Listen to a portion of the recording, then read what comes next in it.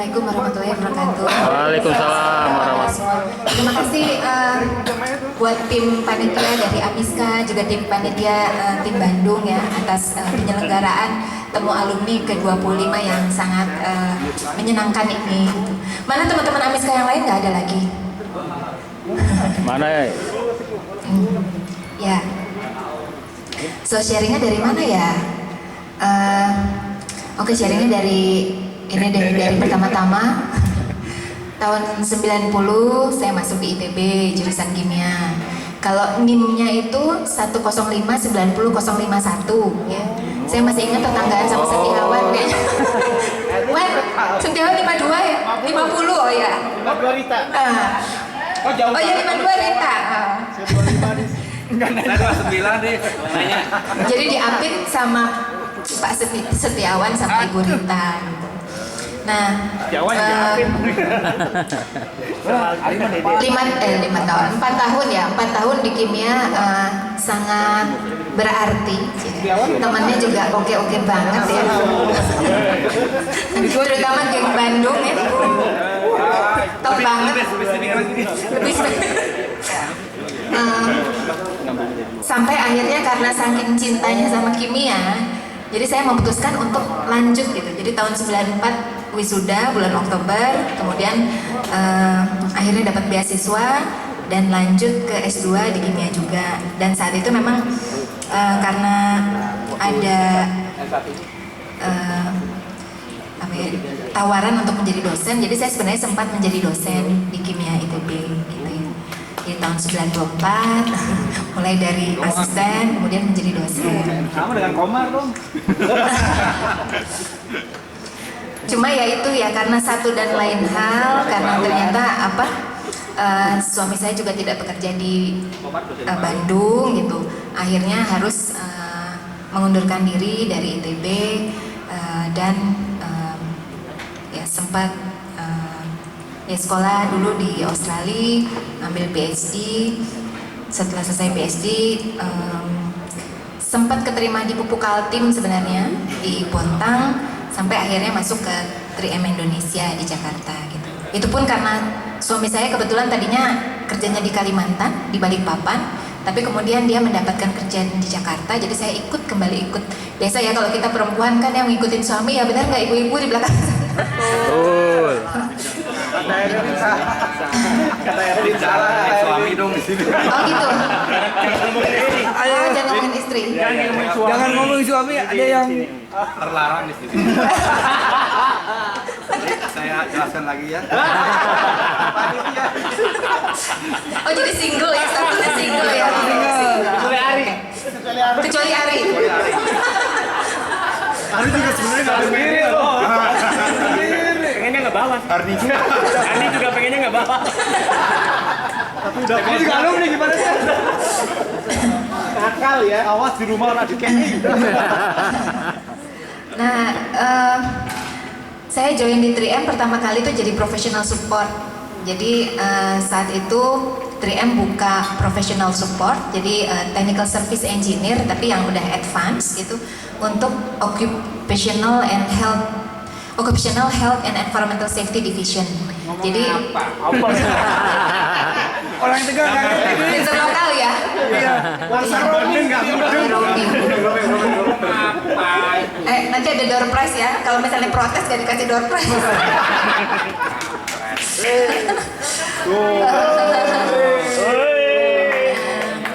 langsung datang. Kalau misalnya pakai bahasa Indonesia, jadi waktu itu nanganin produk-produk untuk safety. Jadi kalau misalnya sekarang tahu kan ya, kita punya masalah dengan haze, kemudian ada N95. Nah N95 itu salah satu produknya 3M gitu, yang direkomendasikan oleh WHO untuk menangani polusi udara. Apakah itu partikel? Ya jadi itu salah satu produknya. Nanti di sini juga ada di produknya safety glass. Iya.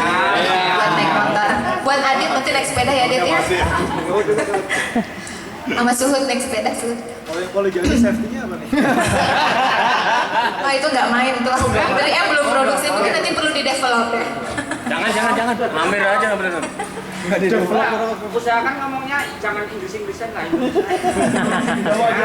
Itu nggak ada istilah bahasa Indonesia emang itu dari sana begitu. Develop.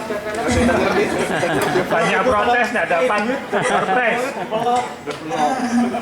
Nah, di tahun 2008 3M itu develop boleh develop ya. 3M itu mendirikan laboratori gitu. Laboratorium. Cuma si Amir aja nggak ngerti. Iya. Yang itu lokal cuma satu ya nggak apa-apa ya. Cuekin aja. Kurang lagi dis gitu. Di tahun 2008 3M mendirikan laboratorium untuk product development gitu ya. Jadi teman-teman di Amiska juga kalau misalnya mau internship silahkan loh. Karena saya sebenarnya agak ini ya, yang intensif yang banyak saat ini malah dari UI gitu loh. UI, chemistry, chemical engineering gitu ya. Bahkan saat ini ada product development sama product commercialization dari Prasetya Mulia, BINUS gitu. Satu dosen Prasetya Mulia saat ini lagi S3 di UK, di Sheffield University, itu juga bimbingan saya gitu. Karena saya salah satu promotornya. Nah malah dari kimia ITB nih yang belum memanfaatkan, jadi mungkin nanti ke depan ya. Teman-teman Amiska, kalau misalnya mau internship atau magang gitu, mungkin bisa hubungi saya. Ya. Memang di Jakarta sih. Jual bandeng. Memang di Jakarta, tapi mungkin nanti bisa punya pengalaman industri gitu ya. Yang teman-teman di sini juga banyak nih bos-bos dari perusahaan lain gitu. Bisa ke bapak-bapak yang ada di sini atau ibu-ibu yang ada di belakang. Tapi kalau mau ke 3M bisa melalui saya. Kakak-kakak ya. Oh iya. 3M itu kepanjangannya apa Mbak? Bahasa Inggris tapinya bukan bahasa Jawa. Menguras, mencuci. 3M itu Minnesota Mining Manufacturing. Jadi perusahaannya di US, di St. Paul. Dulunya kita punya pabrik tambang sendiri, tapi tambangnya ini bukan tambang untuk dijual sebagai bahan tambang, tapi mineralnya digunakan untuk membuat amplas. Jadi makanya produk pertamanya 3M itu amplas abrasif. Gitu. Buat many application ya, ada yang buat metal working, ada yang buat woodworking. Buat kulit bisa nggak? Buat kulit? Kayaknya bisa buat Amir biar agak lebih kinclong gitu. Udah bawaan susah itu. Tapi kalau kinclong nanti jadi 4 Mir, bisa 2 kali lipat. Hijau. Mana-mana udah. Jelek kecil dua. Apalagi kinclong 2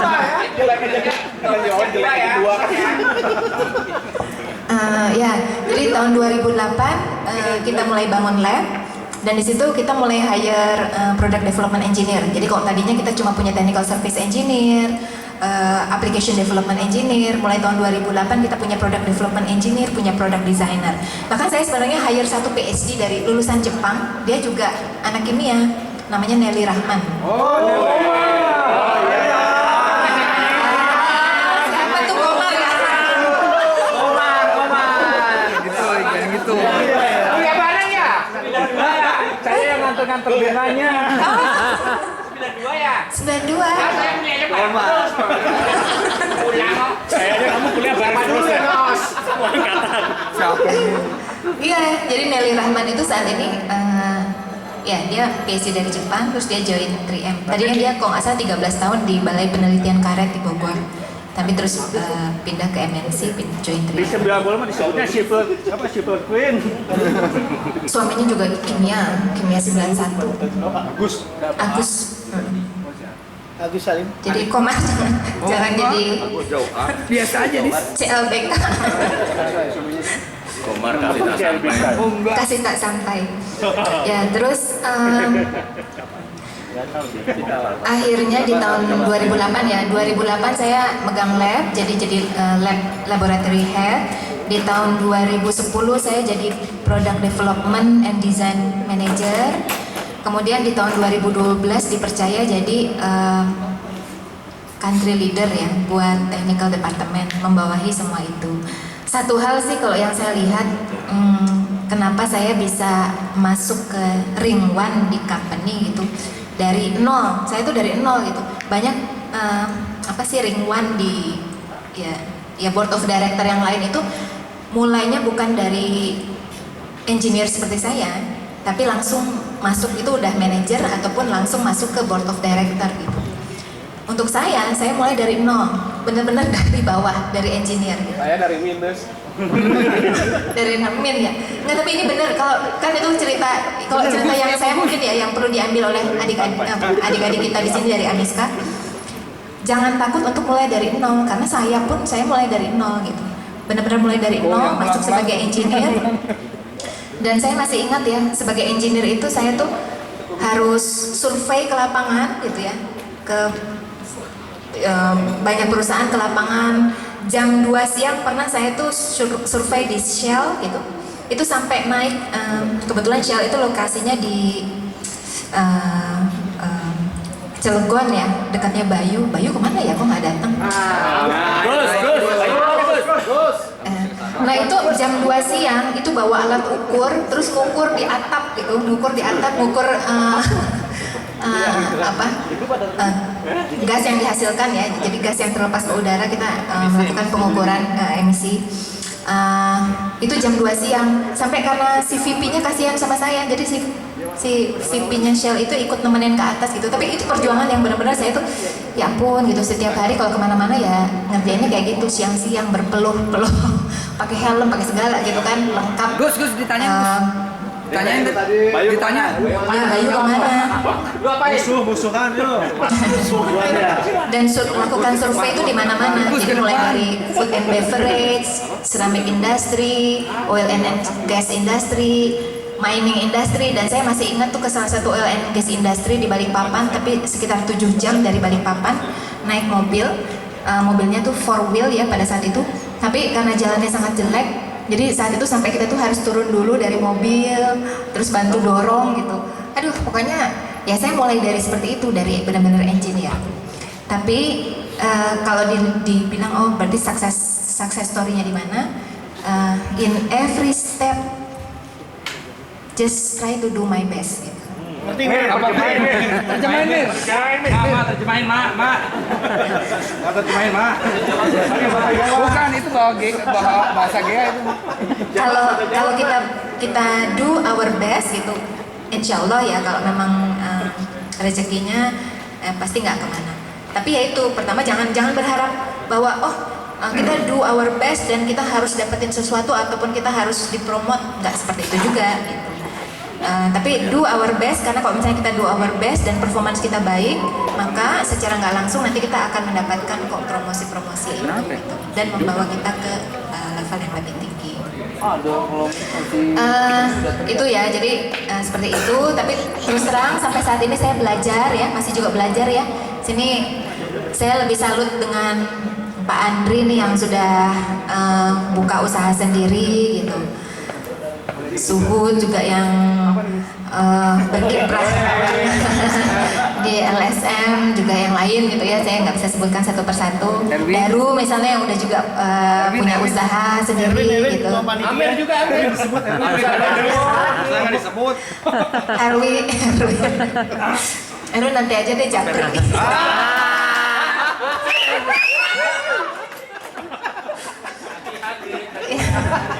Ya jadi Bundu kan disebut bundu. ya Wawan juga Japri kedua. Ya jadi itu ya teman-teman, jadi mulailah dari nol, tapi kita do our best, manfaatkan semua kesempatan untuk belajar.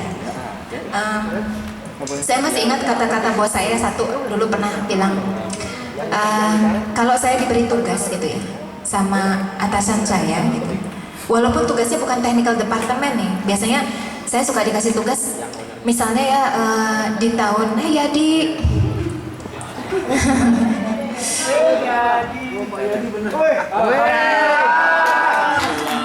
welcome Yadi.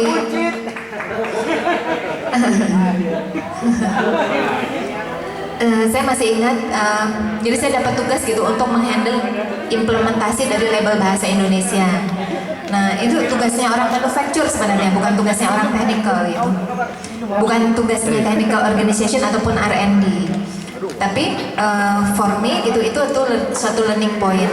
Kalau saya mempelajari itu, maka saya akan tahu regulasi yang terkait dengan label bahasa Indonesia, bagaimana implementasinya di manufacturing, bagaimana implementasinya nanti di retail market misalnya. Jadi apapun yang kita lakukan pasti ada pembelajaran, pasti ada key learning point yang membuat kita lebih kaya lagi dari segi know-how. Ya. Terus saat ini saya juga bantu sebenarnya di SKK Migas. Jadi SKK Migas itu minta bantuan saya untuk jadi staf ahli membuat safety management system untuk kontraktor buat oil and gas upstream operation. Jadi saya minta izin sama bos saya, ini boleh nggak saya diminta sama SKK Migas untuk bikin regulasi. Nah di 3M kita punya semacam formula 15% of our time gitu ya, setiap employee-nya itu boleh digunakan untuk nation gitu. Jadi kalau misalnya kita bisa membantu negara bikin standar, bikin roadmap buat negara untuk sesuatu yang lebih bagus, itu diizinkan. Nah oleh karena itu di situ saya juga berkiprah untuk bikin standar nasional buat oil and gas operation. Dan satu lagi, saat ini juga saya bekerja sama dengan Green Building Council Indonesia untuk bikin standar produk-produk yang termasuk green product gitu. Karena roadmapnya di Indonesia belum ada, termasuk untuk smart city. Smart city kan yang sebenarnya yang jadi leadernya untuk Asia Afrika kan Ridwan Kamil. Tapi kalau ditanya di nation di Indonesia apakah sudah ada roadmap untuk smart city sampai 2020, belum ada. Nah itu sekarang yang sedang kita develop juga. Itu kiprah saya untuk negara. Oke, itu aja dari saya. Belum. Percintaannya belum. Lanjut. Percintaannya belum.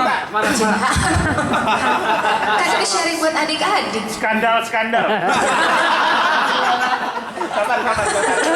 Adik-adik juga butuh gitu dia. Gak ada skandal. Kasih aja deh skandal sate. Emang ada skandal sate aja? Skandal jepit. Nah, buat adik-adik Amisko ada pertanyaan nggak? Ayo kalau misalnya ada sharing dari kakak-kakaknya harus ditanya. Boleh. Langsung 1 ekor sapi dari depan. Jagung dia jagung satu karung. Yang nanya suruh. Ini baru servis Pak. Ya, saya mewakili teman-teman Ibu dari sebenarnya kan tadi kalau yang ceritanya dari Om Andri juga kan tadi udah di saat merintis karir itu kan ada kayak titik baliknya di saat perjalanan itu gitu kan Bu. Nah selama ini pernah nggak Ibu mengalami yang mungkin saat lagi lelah atau ya udah kayak putus asa gitu terus menemukan titik baliknya itu seperti apa? Karena kadang yang saya rasakan sendiri juga ya, padahal lagi kan ini belum ada apa-apanya gitu ya, masih TA aja tapi kok ya sudah mulai seperti itu gitu. Barangkali ada tips dari Ibu untuk kita menghadapi seperti itu kayak gimana? Titik balik. Selangkangan terus ya. Kalau bagi saya gini, sampai saat ini mungkin yang saya rasakan cuma capek aja ya. Makin besar responsibility makin capek. Kayak karena tanggung jawabnya semua ada di tangan kita. Saya misalnya di organisasi saya itu total organisasi itu saat ini 43 orang. Jadi sebenarnya saya bertanggung jawab atas nasib yang direct ya, yang direct kan 45 orang itu gitu kan. Performance departemen akan menentukan appraisal dari mereka gitu kan. Makanya saya benar-benar ya try to do my best dan membuat strategi gimana supaya kita bisa sama-sama mencapai target yang diberikan, sehingga sama-sama semua bisa sukses gitu.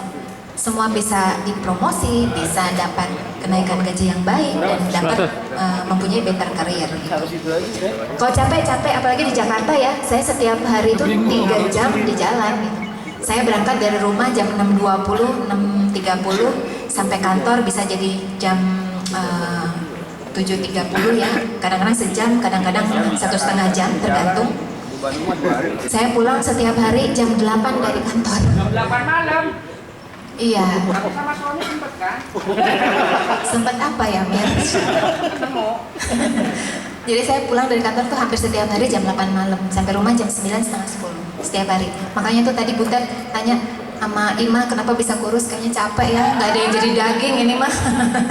Gitu. Tapi resolusi saya sebenarnya titik baliknya itu resolusi saya di tahun 2015 adalah spend more time with my family gitu. Karena saya bilang, wah kalau misalnya saya terlalu ini namanya pekerjaan tuh kan nggak ada habisnya. Saya udah begini juga, oh ya tambahin ke manufacturing lah, tambahin ke outsourcing lah. Jadi makin besar, bahkan sekarang saya masuk ke strategic dan commercialization gitu. Akhirnya rasanya, wah makin berat aja beban. Kalau misalnya saya mementingkan hanya karir, hanya perusahaan, saya akan spend less time with my family gitu. Jadi resolusi saya benar-benar di minggu pertama 2015 itu yang biasanya saya nggak pernah ngambil cuti, itu saya ambil cuti 1 minggu untuk makeover kamar anak saya. Pokoknya saya sekarang targetnya kalau bisa saya bisa pulang lebih cepat, dan at least dalam 1 minggu ada saya pulang lebih cepat dan spend time with my kids, sama my husband juga ya Mir ya. Amir pura-pura nggak dengar. Apa sayang? Ya itu. Oke, makasih Ibu. Mungkin dari teman-teman Amiska atau om-om, tante-tante nggak apa-apa kalau ada yang tanya-tanyain itu, ada yang Sangat pribadi kalau oh jangan ya, salah ya. Japri aja. Yang dari teman-teman Amiska mungkin ada yang ingin ditanyakan.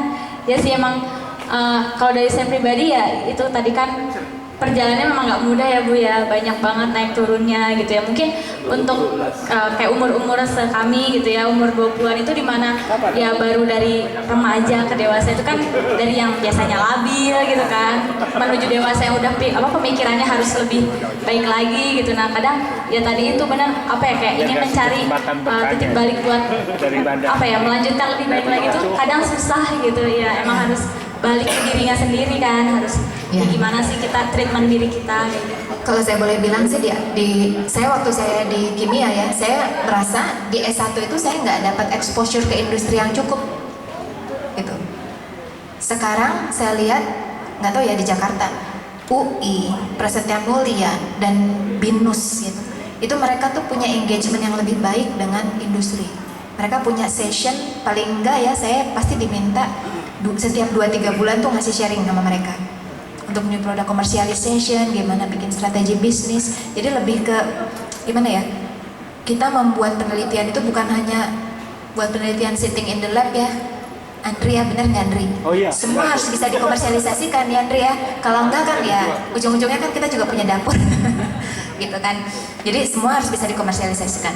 Butet aja juga punya formula ya Butet ya, gimana masakan kita bisa lebih enak supaya cateringnya tambah laku, bener nggak Ted? Gitu.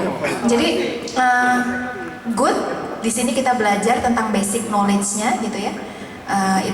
Itu benar-benar yang kita butuhkan untuk nanti bisa berkarya. Tapi teman-teman jangan lupa bahwa selama kita jadi mahasiswa, kalau bisa punya saat juga internship ya. Jadi internship kalau perlu modal sendiri. Memang company kalau internship tuh biasanya nggak kasih full. Jadi kita harus cost sendiri. Misalnya kalau di Jakarta ya memang harus cost sendiri. Tapi nggak apa-apa spend money gitu ya, untuk belajar, untuk tahu oh proses di industri seperti apa. Kalau saya jadi technical service engineer di industri itu kira-kira tugasnya seperti apa. Kalau saya jadi product development kira-kira seperti apa. Jadi nanti kita juga tahu setelah kita lulus dari sini, apakah kita akan melanjutkan studi jadi dosen, ataukah kita misalnya mau bekerja sebagai technical service, atau mau kerja sebagai product developer, atau mau jadi pengajar ya seperti Mbak Rita, pengajar yang sukses loh. Jadi semua memungkinkan gitu. Tapi ya itu, kita perlu set our goal dan jangan pernah menyerah. Ya, bos saya nih, bos yang terakhir ini bilang kalau kita fail gitu, jangan merasa itu sebagai failure gitu. Ya. Sometimes we win. Sometimes we learn gitu ya. Jadi kalau kita sukses berarti win, tapi kalau kita fail berarti we learn. Oke? Oke. Ya, makasih banyak Ibu Audis. Tepuk tangan dulu untuk Boleh Ibu tanya? Audis. Ya, silakan. Boleh tanya? Kenapa? Boleh tanya? Pak Andri. Oh ya, silakan. Saya mewakili cewek-cewek Amiska, mau tanya. Silakan Om. Iya. Ibu Audis pada zamannya persaingannya sangat tinggi. Satu, cantik. Yang kedua, pandai. Jadi bagaimana dia memilih cowok yang menjadi suaminya?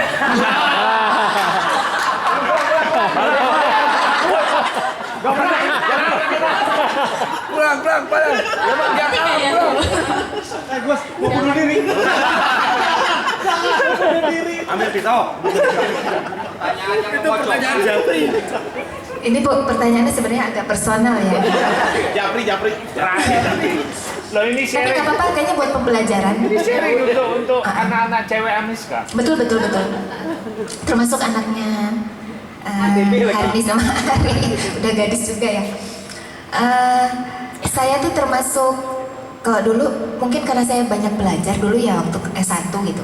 Jadi saya termasuk yang agak kuper sebenarnya. Kurang permen saya. Benar-benar kurang permen saya kayaknya. Jadi saya hanya punya satu pacar ya. Punya hanya satu pacaran selama 7 tahun. Iya, jadi tidak sama sekali kalau dibilang tadi kan katanya Andri memilih gitu ya. Jadi saya sebenarnya mungkin tidak memilih pada saat itu given gitu, dan itu pacar pertama saya dan akhirnya menjadi pasangan hidup saya. Saat ini selama 18 Jadi tahun. tidak melakukan SWOT analisis. Nah, itu saya pada saat itu ya terlalu kuper itu ya, jadi tidak melakukan SWOT analysis. Ya itu yang bikin sud kurus kan itu. Maksudnya dijelaskan. Jangan kurus kan, sud kan bertepuk sebelah tangan. Ya mungkin udah jodoh gitu ya, tapi ya satu hal sih, saya memang waktu itu kalau misalnya dibilang saya kriterianya apa, Cukup ya, deh.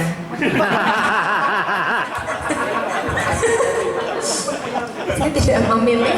Manajer loh itu, manajer loh. Gua juga manajer. Oke. Ya, terima kasih Ibu jawabannya. Jadi pemberian dari Allah ya Bu ya, diterima aja rezeki. Ada lagi mungkin yang ingin bertanya teman-teman Amiska? Tapi tadi sih itu yang saya garis bawahi yang paling penting tadi. Kalau kita berhasil ya we win. Kalau kita gagal, we learn. Nah, itu yang mungkin itu semangat saya buat TA. Makasih Ibu. Ya, sama-sama. Ya, kalau nggak ada lagi dari teman-teman, nggak ada ya udah. Terima kasih Ibu Audis telah membagi ceritanya. Tepuk tangan untuk Ibu.